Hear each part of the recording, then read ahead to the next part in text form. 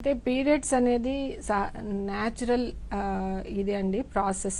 ప్రతి గర్ల్కి ఆడపిల్లకి ప్రతి ఉంటుంది. అది ఒకప్పుడు దానికి ఒక స్టిగ్మా ఉండేది. అంటే మహిళలు అంత బయటకు రాకపోవడం కానీ, లేకపోతే చదువులకి ఎక్కువ వెళ్ళకపోవడం, సో అదొక అవరోధంగా ఉండేది. ఇప్పుడు అది అంత అలా తీసుకోవాల్సిన అవసరం లేదు. అండ్ అవేర్నెస్ కూడా చాలా వరకు పెరిగింది.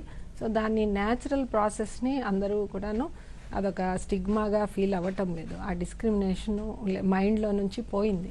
కానీ ఈ పీరియడ్స్ టైంలో ముఖ్యంగా కొంతవరకు రెస్ట్ అనేది అవసరం. అది మనకు అందరికీ తెలుసు. ఎందుకంటే కొంత రక్తస్రావం అవుతుంది, వాళ్ళు కొంత వీక్ అవుతారు కాబట్టి.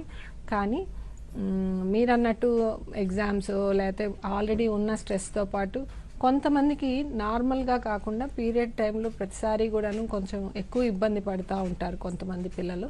సో అలాంటి సమయంలో ఏంటంటే మెయిన్గా హైడ్రేషన్ ఒకటి, సరిపడా వాటర్ తీసుకోవడము, సరిపడా నిద్ర, ఆ తర్వాత శారీరకంగా శ్రమ కాస్త తక్కువగా ఉండడం అనేది మాత్రం జాగ్రత్తగా చూసుకోవాలి.